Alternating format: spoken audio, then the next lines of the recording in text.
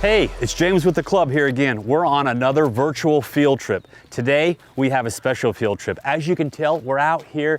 It's sunny, it's warm. Our special guest today is Adam. He runs a company called Arcadia that works directly with the club, providing services to youth outdoors. Why is that important? Well, you know that here at the club, we believe that being healthy, both mind and spirit, is so important. Understanding the importance of nutrition and getting out and being active. Arcadia, with Adam at the lead, takes youth out all over the country, hiking, camping, rappelling. They do amazing things, and I'm so excited to have Adam here. Adam, tell us a little bit about why getting out in the nature and exercising is so important. Yeah, well, I mean, it feels good, first of all. It feels good to be outside and breathe the fresh air. There's been tons of smart people, way smarter than me, who have done a lot of research, who have talked about how just exercising in the environment outside is actually can have better, maybe, effects than when you exercise in a gym or something like that. It can bring you calm, it can, and really, like I said in the beginning, it just makes you feel good to be outside and to move around, so.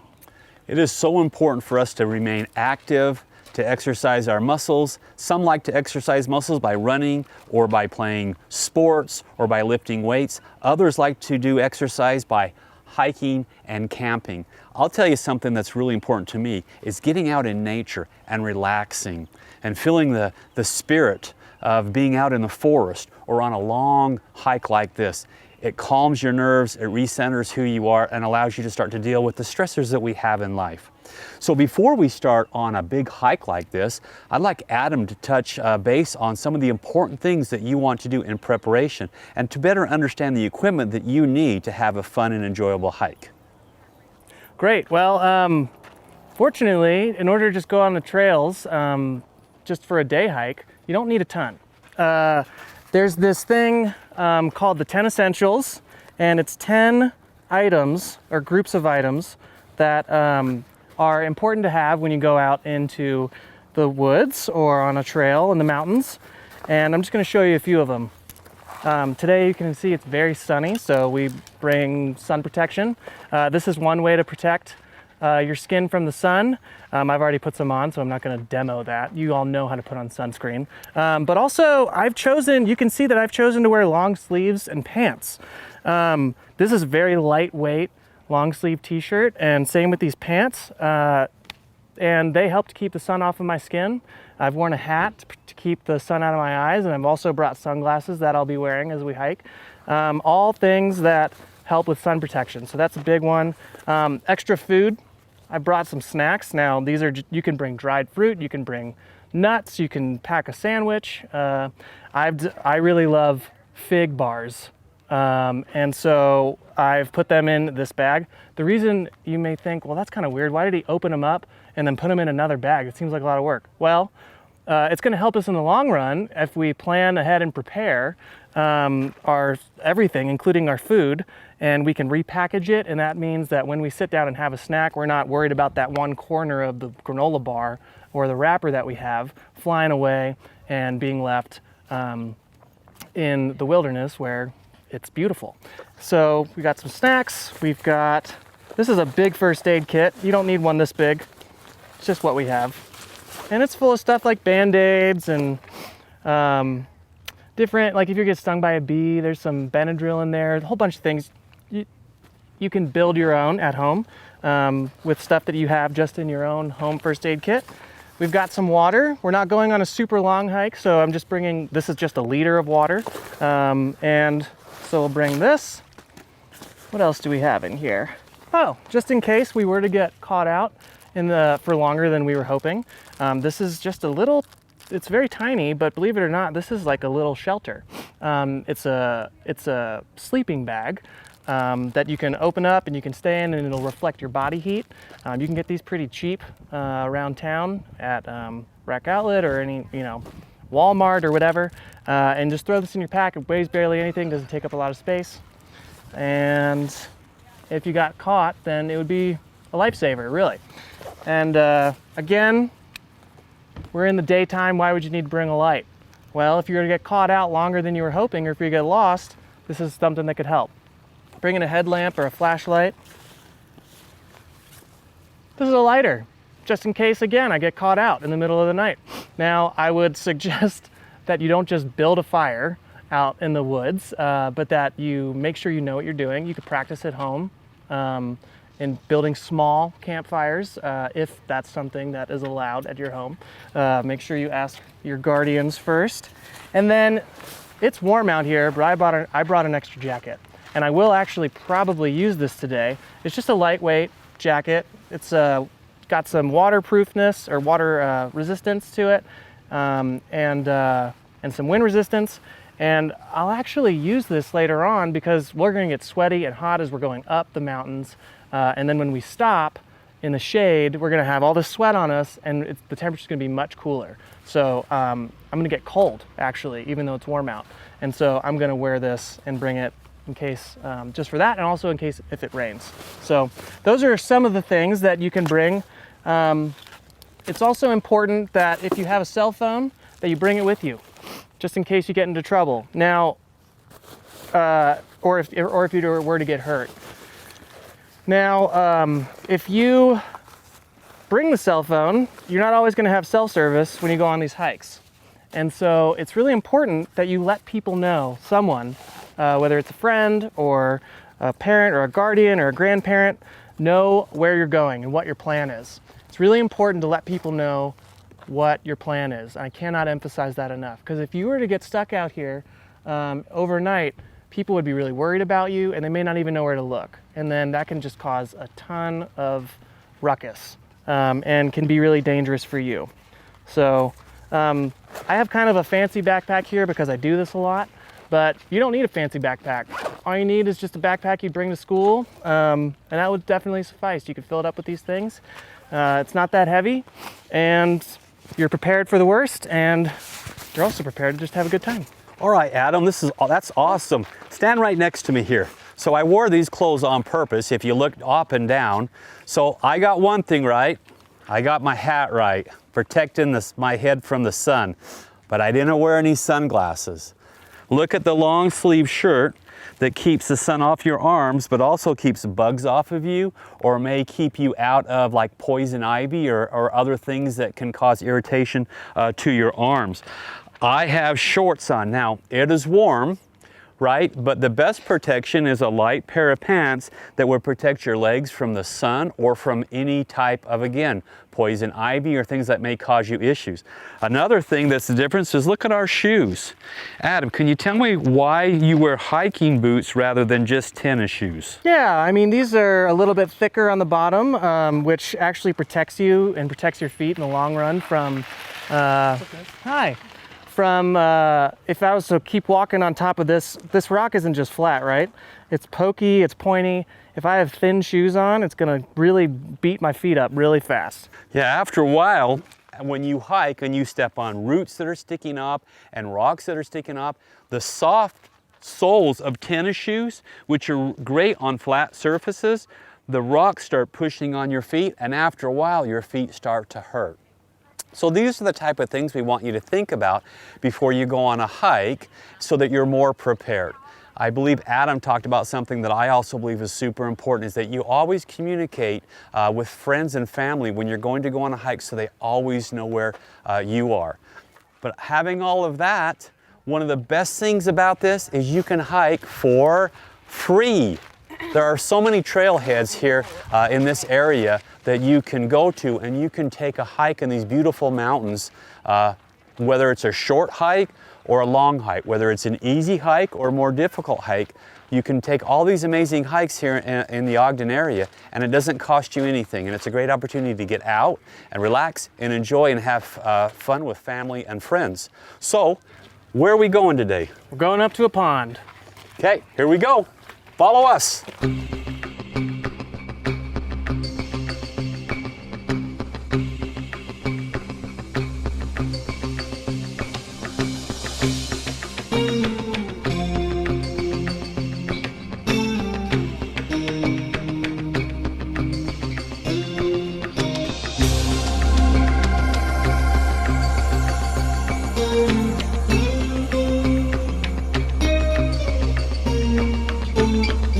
let's go ahead and go single file because it's gonna get narrow here. So I'll go first, yeah. So why do you usually want to walk single file? Is it courtesy? A lot of it's courtesy. A lot of it is a lot of the trail will narrow up. Okay. And if we don't walk single file, then we're going to widen the trail, which will greaten our impact. So we always want to kind of leave the environment better than we found it. So walking maybe single file not only is better for the trail and the environment, but it also then creates less of a footprint that you leave behind. Yeah, that's absolutely right. Oh, and usually we want to, I mean, it's okay to step off the trail to let people pass. So courtesy on the trail is always important also. Absolutely. You want and then also saying hi to everybody. Yeah. How we doing? Hello. Good, how are you? Yeah, it's really important that we listen to, there's been a lot of smart people, again, with the smart experts, who put together a list of 7 things that we can do to reduce our impact, and it's called Leave No Trace. Okay. And the first one is what we talked about, which is plan ahead and prepare, and the second one is to travel and then also camp on durable surfaces. So a trail like this is far more durable than the grass or the trees, which might get kicked up. So, hello. Hello. High five. All right. Elbow 5, elbow 5, elbow 5.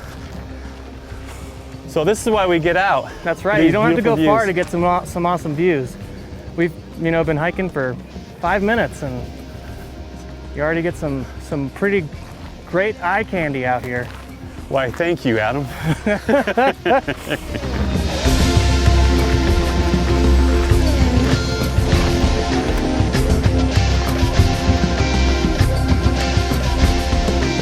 Temperature started to kind of come down just a little bit, Yeah. maybe that we're in the shade. Yeah. But it's just so beautiful and relaxing, and all the cares and troubles or trials that you have down there in the parking lot kind of slowly disappear when you get up here. They really do.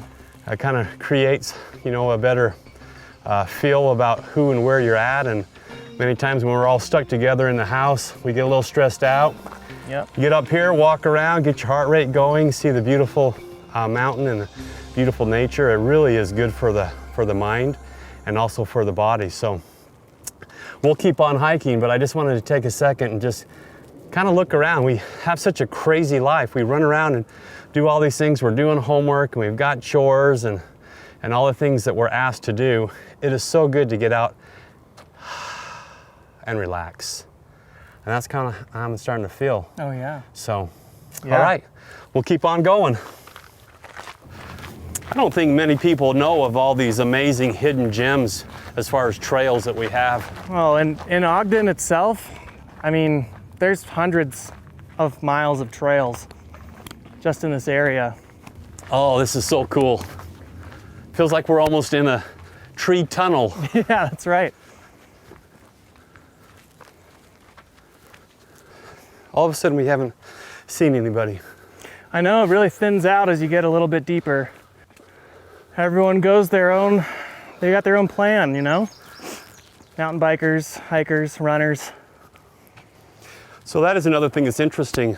It's not just hikers on these trails. Oh yeah. Yeah, they're multi-use. It's an important thing to look at for sure. A lot of trailheads will have posted signs of what users can be there, because some don't allow bikes, or they're only for bikes, or they allow horses. So it's always good to be prepared and understand who can be on the trail. There's a lot of different ways to recreate on the trails. My favorite way is sitting on a tree limb. Oh yeah. Just taking a break. That's an important part of hiking though, is to really to stop, and it's not just about getting some exercise, it's also about taking in kind of everything around you, really paying attention to and listening to the birds or the bugs, feeling the sun, paying attention to what the smells are, especially right now in the spring. There's just tons and tons of flowering plants. So what is amazing again is we have so many different trails. Just right here are 3 different trails. Can you touch on some of these trails? I don't know anything about these particular ones. Yeah, so we're actually, if you were to keep heading up into this canyon, you could go up to one of the Ogden's classic hikes up to Malin's Peak. It's Taylor Canyon, and then you cut off, and then you can actually climb. It's pretty steep, it's pretty long, but we're not gonna do that one today. You can get onto the Bonneville Shoreline Trail, which actually runs from like Provo, and it connects all the way right now to Brigham City, and they're hoping that it'll connect all the way to the border of Idaho. Wow. And it just runs right along where Lake Bonneville used to be many, many moons ago. And it's pretty great. This way that we're gonna go, it can either bring you to another trailhead or to the pond, which is a really cool runoff from a spring that actually starts up in Malin's and then kind of drops down and goes underground and then kind of empties out into this cool area. And these are just 3 of many, many, many trails. yeah. You could probably hike for years and never get bored of any of these hikes because there are so many different hikes out there. Yeah, and each Kind of depending season what they you're look looking for. different Yep. too. So right now it's great because the green's starting to come out, some of the flowers are starting to bloom, but then in the fall you get all this amazing color from the leaves. In the winter there's snow everywhere, Yeah. so it's always the trails can be unique all year round. All year round. Okay, let's head to the pond.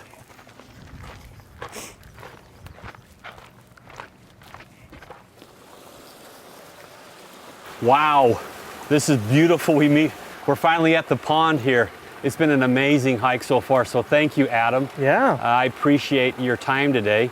But now is one of the best parts of the hike is when we sit down, take a break, and have a snack. Oh yeah, for sure. So fortunately we planned ahead. I brought enough snacks for everyone on this trail. So get my water out. I'm actually a little sweaty because it's warm out. I'm getting a little chilly with the wind, so we always encourage people to put something on when you take a break, especially if it's in the shade. It may not be cold right away, but certainly might be at some point. No jacket here, unprepared. Always be prepared. Would you be interested in could I interest you in a fig bar? Yes, please. Please. I will let you pull one out for me there, Adam. Sure. So I don't contaminate all of them. Thank Perfect. you, sir. It's usually a good idea to bring hand sanitizer. I didn't plan ahead and prepare well enough to bring that, but it is a smart thing. These are delicious. They're not Thank bad. you. I made them this morning. No, I did not. Homemade. I bet you there are a lot of people who come through here, and this place could easily have trash in it, but it looks like it's in pretty good shape. Yeah, it's not terrible. It's definitely, you can see there's a lot of use. There's different trails. You have one that kind of connects back up here and over down here that you can get to a different trailhead. It is a little unfortunate. You can see right over here, people have thought it'd be really fun to run up this hill. And really what that's gonna cause is all of those trees are gonna get affected. Their roots are gonna start getting exposed. They're gonna start dying. And it can actually be really dangerous. As more and more dirt is kicked away from those rocks, they get looser and looser and they could come tumbling down. So it's best to stay on established trails. Well, and Adam, if you look at the trees, Yeah. you'll see where people have probably pulled tree branches off Yep. and damaged the trees. Maybe they're climbing up, so it causes damage to the trees. Yeah, some of these trees have carvings on them. Yeah. People have carved in their Unfortunately, initials. if you look right here, you can see carvings on this side where people have carved their names in, which is really bad for the tree itself because it hurts the bark. The bark's like our skin, and when our skin gets cut, it allows infection in. The same thing happens to trees. So I'd like Adam to take a second and talk about the importance of respecting the environment and what we can do to make sure our environment isn't damaged by us using it. Yeah, absolutely. Well, I'll just run through the 7 leave no trace principles really quick. And there's hand motions that you can actually do to help remind you. They're kind of silly, but I think they're kind of fun. So the first one we already talked about is plan ahead and prepare. And you can remember that by like you're making notes or something. You're making a list. You're texting the people that you need to let know that you're going somewhere, or you're dialing the phone to make a phone call. Second one is to travel and camp on durable surfaces. Use 2 fingers for that one. And we've been staying on the trails. The trails are much more durable than the grass and the trees and the flowers. So we want to make sure we stay on trails and rocks. The third one is to dispose of waste properly. And you take 3 fingers, you turn it into a little scooper, and it's like you're digging a hole for if you needed to relieve yourself. That's just the way we remember it, but waste is also just your trash. So we want to make sure that we pack out everything that we pack in. You could see that I showed earlier that I brought a water bottle that was not a one-time use water bottle, but is one that I use a lot. And same with repackaging your food. I took all those wrappers and I threw them away at my house so that if it was breezy up here, I wouldn't have to worry about them blowing away. Number 4 is to leave what you find, and you can remember that by using your thumbs and forefingers, those 4 digits, and making a square, and it's like taking a picture. Leave what you find, take a picture of it instead. Let someone else discover it and have the same feeling that you did when you saw that really cool rock or that cool flower or that awesome tree. We want to do that because the things that are here, this is their home. It's the rocks and the trees and the flowers' home. And if we were to pick them and bring them with us, the trees could get hurt and die. If we took a branch off, the flowers would certainly not live very long.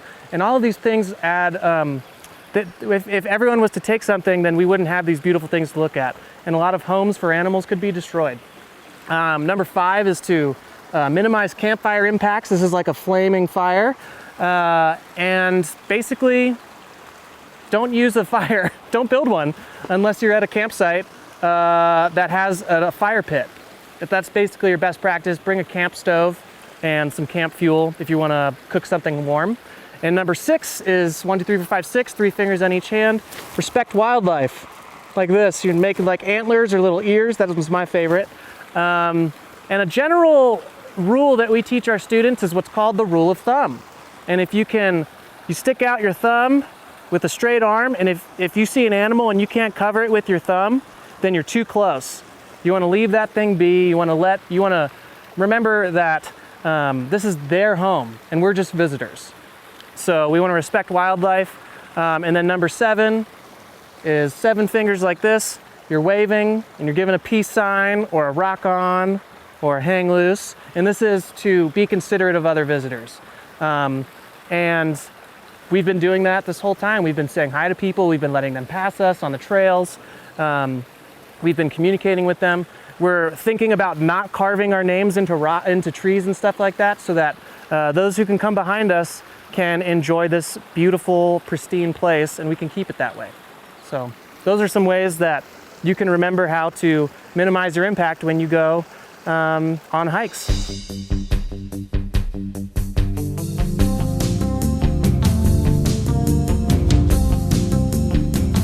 Thank you, Adam. This has been awesome and amazing. I want to also thank all of the people who have come before us that have made these beautiful trails, that have put up the signs, that connect us back to the environment and to nature. It is so important for us to maintain this connection. It allows us to get out, heal our mind, heal our bodies, exercise, and just truly appreciate the God-given gifts that we have out here in nature. And as again, you look around, it's just totally amazing. Thank you, Adam, for your time. For sure. Appreciate having a guide who knows so much about hiking and camping. We hope to do more of these virtual field trips with Adam. He can teach us so many things. Again, plan, be prepared, come out and enjoy. Be courteous both to the people that are with you, the people who are traveling and experiencing this amazing environment, and be respectful of the environment. We're getting ready to head down. Yeah. Would you like to say anything to our club kids before we head out, Adam? Just that I hope to see you on the trails. Here we go. Lead out. Okay.